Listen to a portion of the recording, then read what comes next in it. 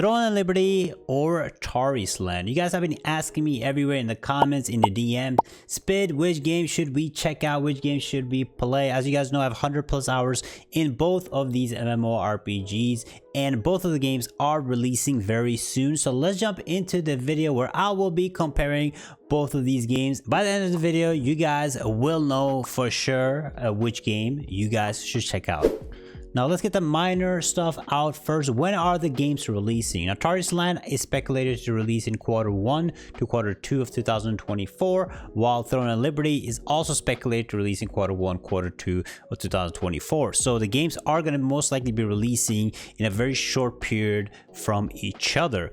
Tarisland is going to be coming out for PC and mobile, while Throne and Liberty is going to be coming out for PC, console, and maybe a way to stream on mobile with either a PC launcher running or other ways. So that is what we know. So if you guys are console players, you guys don't have much choice than to play Throne and Liberty, and if you're mobile players, you might not have a choice but to play Tarisland. But Tarisland is more of a like the fantasy style graphics, which you guys have seen in like games like World of Warcraft, while Throne and Liberty has more like realistic graphics, which you've seen in Lineage and Black Desert. Tarisland has had several betas that I have played, while the Throne and Liberty has launched in Korea already, so you guys can play it. We might get some minor changes when it comes out for the Western release.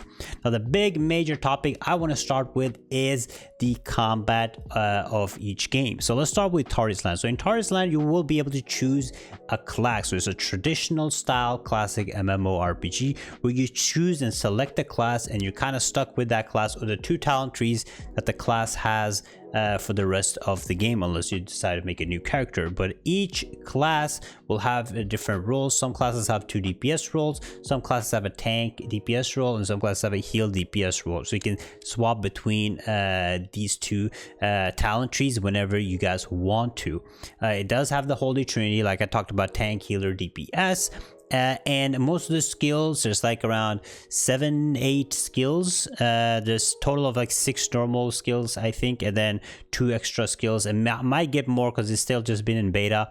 And the skills are based around like doing combos. Some skills proc other skills, but overall it's very easy to understand and play Tarisland. There is some stuff you guys can do and deep dive into different talent trees, but overall it's very like straightforward. The game has tab target, so you will be playing like those classical MMOs where you click your tab target, you click a spell, and the character will hit, you know, either if you're melee, it will move to the target, or if you're ranged, you will just hit target. You don't have to aim or do any type of action combat at all. You need like a target to use most of the skills. So that is like the Tarisland combat, very easily explained. Throne and Liberty has, however, not classes. It is based on weapons. So you will be using 2 weapons at all times, and you can switch out these weapons whenever you want. And there's 2, basically these weapons, again, are swappable. And what is really nice is you can kind of customize your skills. So you can put different kind of skills. You can use a total of like 12 skills, I think, and then so you can customize it. You can probably put like 8 skills of one weapon while 4 skills of another weapon, or you can customize a 6 each. But basically you'll be having 2 weapons, way more customizations when it comes to like skill trees and what you want to use with your skills. The game also has tap target. It does have an action combat camera, but overall it's a tap target game. And it also runs a Holy Trinity. It has like a tank, it has healer, it has DPSs, which you will be using for most of the content you do, either it's PvP or if it's PvE.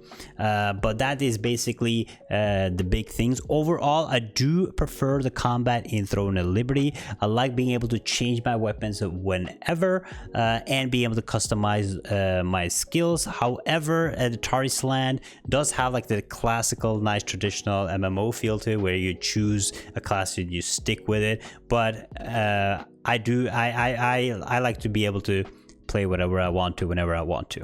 So that is overall the combat. Let's go over to the leveling and gearing up. Now in Tarisland, the game is level locked, so you will increase server levels every day. and every time they do increase several levels, you can do new dungeons, you can do new quests, and you can do new raids. Overall, very like casual. It's not very like super grindy or hardcore when it comes to like leveling, and overall just gearing up. The gearing up is based around crafting, doing raids, doing dungeons, doing PvE content.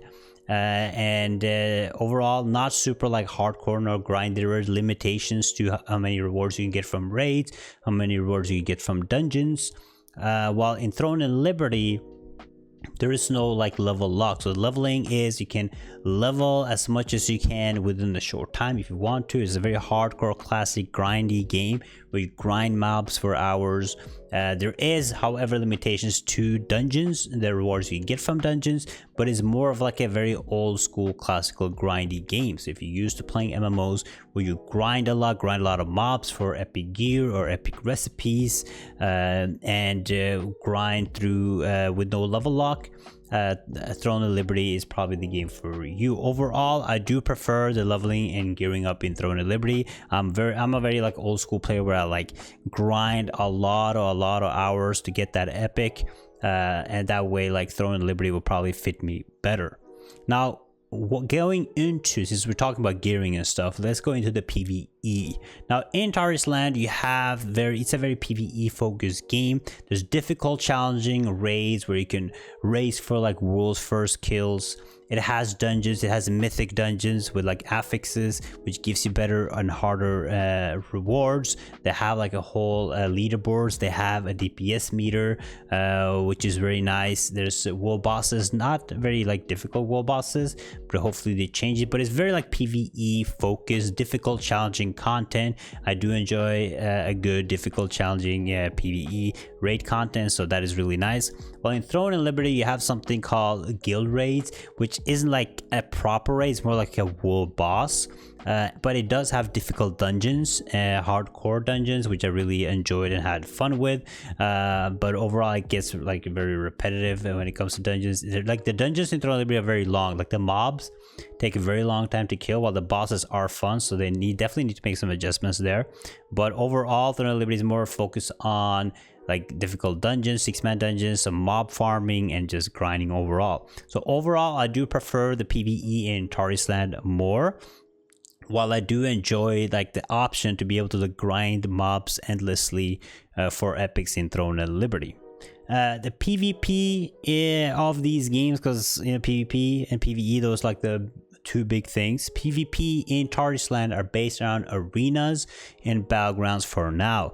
I really hope they add some guild versus guild content, but we don't know anything about that yet. But right now there's PvP arenas 3 versus 3 for now, maybe more later, and then massive battlegrounds 10 versus 10 battlegrounds. But that is like all the PvP. There's no open world PvP or anything in this game, just like arena based PvP. While Throne of Liberty I would say is more of a PvP game. Everything is very PvP oriented. They have open world PvP in the open world dungeons. Yeah, world boss PvP, fighting on world bosses. There's PvP events going on. There's territory PvP control happening on some boonstones. There's castle sieges. So it's very PvP oriented game, very like guild alliances, you know, massive PvP. Not any arenas though or battlegrounds in this game. So if you're into more of a PvP arena type of game, probably Tarisland is the game for you. But if you enjoy open world PvP, massive guild fights, probably Throne of Liberty. I prefer the PvP in Throne of Liberty. I like the whole guild versus guild aspect. The massive guild fights, massive Zerg fights, it's really fun. But I do time to time enjoy some arena. So both have some good PvP aspects, but Throne of Liberty definitely wins when it comes to PvP. Now, when it comes to exploration, I think Tarisland has a massive exploration and maps. We haven't seen all of the maps, but the maps that we've seen, there's a lot of like exploration, a lot of like puzzles, jump puzzles, a lot of like collection rewards, reputation, that flying mount, so you can explore a very big massive world, and there's actually, you get rewarded for actually exploring the world. So I really did enjoy the exploration in Tarisland. While Throne and Liberty does have a massive world, and it has some quests where you have to like explore the world, but it's not really rewarding to explore Throne and Liberty, and it doesn't have like full flying like Tarisland had. It has more of a gliding system, and instead of like mount systems, it has like morph systems in Throne and Liberty. Overall, I do think that Throne and Liberty has a massive potential when it comes to exploration, but overall the map is massive, but it's not enough like exploration things, especially for me. I did enjoy like the jump puzzles when it comes to the quests, but if you take away the questing and just like focus on the exploration, I definitely do enjoy Tarisland's exploration more. When it comes to crafting, instead of just talking about Tarisland first and Throne and Liberty, the crafting in these games are very similar. Okay, the only difference is that the crafting in Tarisland is logged by vigor, which is basically a stamina system. However, it's the same thing. You craft gear. However, they did remove Tarisland. They're saying that you can't craft the best gear. You can only drop it in raids and dungeons. However, you can still craft some kind of gear. So it's very like similar. In Tarisland, it used to be that you craft the best set bonuses and set affixes, while in Throne of Liberty, it's the focus on traits, right? Getting the right traits for your gear. So very similar overall. You grind for materials, you do quests, you do dungeons for materials and craft gear. However, recently I do think both of the crafting systems were good. I want to see the changes they're going to do to Tarisland, but overall very similar crafting systems in both games. Now, the pay to win is a major topic.